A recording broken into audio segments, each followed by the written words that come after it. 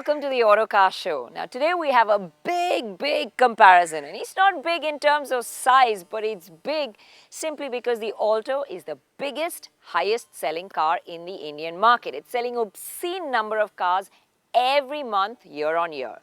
But fact remains is it's really had no serious competitor except for a few from its own stable. Well, Hyundai have now said that they're all ready to face this competition, and they've put the Eon out there bang smack plumb against the Alto. Does the Eon have what it takes to take this on? Well, from the looks of it, most definitely. The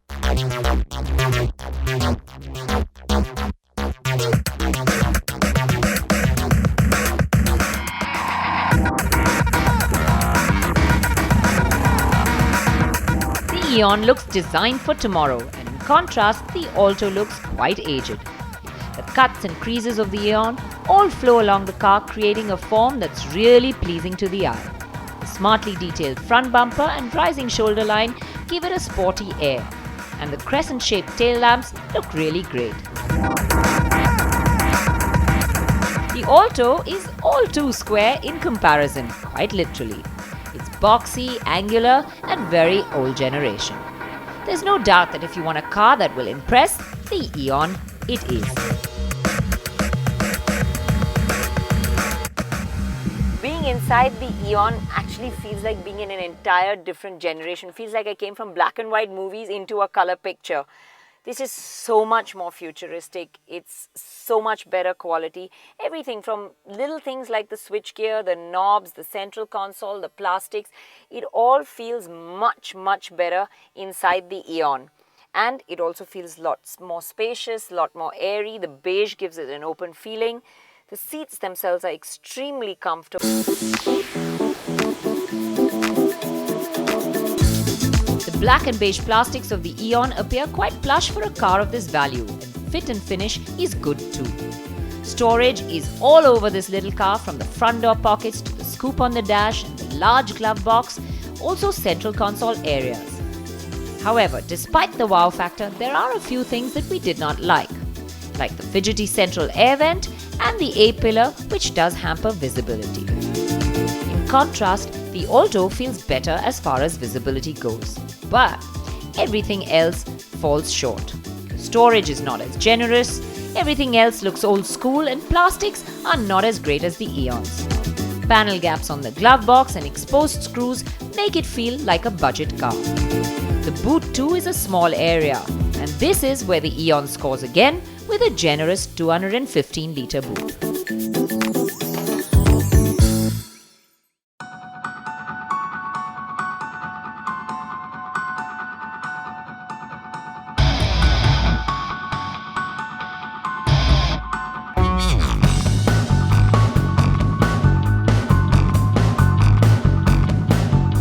Now that may be at the back, but under the hood, it's a different story.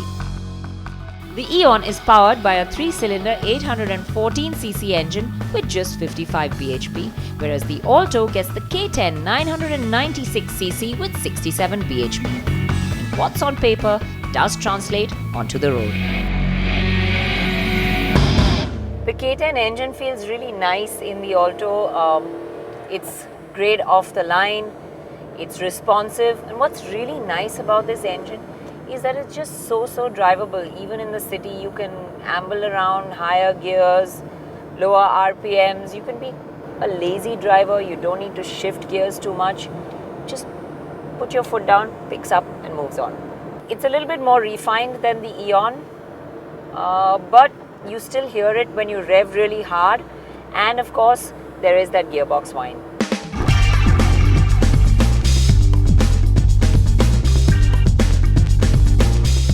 There is a little jerkiness at low speeds in the Alto, but once you get past that, this engine is the more responsive and the more refined of the two. Path throttle responses are also better on the Alto. The Eon's gear ratios mask its power deficit nicely, but that's only up to 60 km/h, where it keeps up with the Alto. Beyond that, the Alto is the clear winner. The Eon's shorter gears ensure that you have to change quite often, especially in city traffic. In comparison, the Alto is easier to drive. The gearbox on the Eon is a bit notchy too, and the Alto's feels a whole lot nicer to use. The shorter ratios of the Eon also affects its fuel economy in the city. But on the highway, it's the Eon's taller fifth that allows it to narrow the gap. And when you take the average, it's really neck to neck. The small dimensions of both cars make them very easy to drive in the city.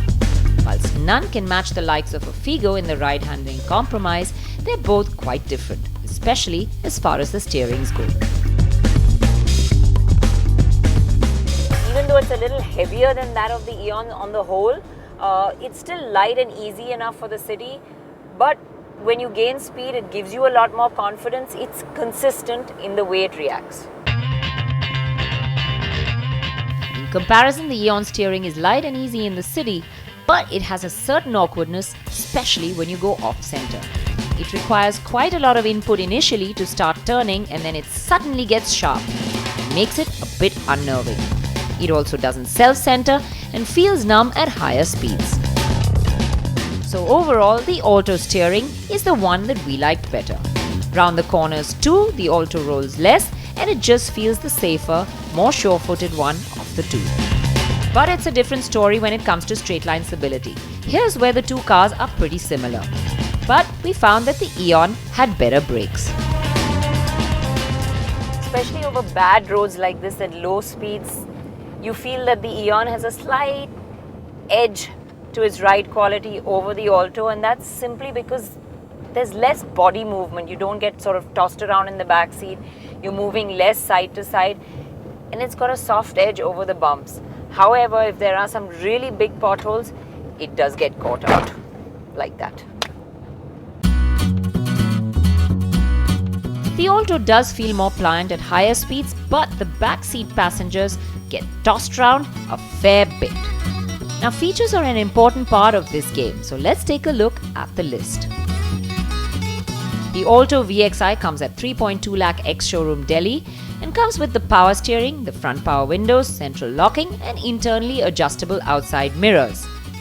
The Eon's MAGNA at 3.4 lakh ex-showroom Delhi gets all of the above plus a steering tilt adjust. But you have to remember that it doesn't have the tack and the parcel tray like the Alto. So is the Alto really a pushover because it's the much older car in this comparison? Well, you have to remember that Maruti has made consistent upgrades to this car over the years to keep it going strong, and mechanically it's still a very sound machine, be it steering, be it suspension or be it performance. This K10 engine is really the better engine to drive. It's peppy and it's refined. Now you can't forget the value for money that the Alto proposes, which is one of the core strengths of this vehicle. Now in the tier 3 cities, it even has an 800cc engine, which makes it better value. The Eon comes in with an 800cc engine, and of course this is no K10. It's not as peppy, but it's still adequate enough and it does the job. Now the Eon has a lot more going for it as well. It has the bigger boot, it has very comfortable interiors, it's got the edge in the ride quality, and of course when you look at it, the looks and the interiors are just eons and eons ahead of the Alto. It looks like a different generation of vehicle. Be it the quality of the interiors or the futuristic looks, this is the car that you really want to take home, despite it being a little bit more expensive than the Alto. Don't go away, stay tuned because right after this break, Hormus tells you what you can expect at Auto Expo.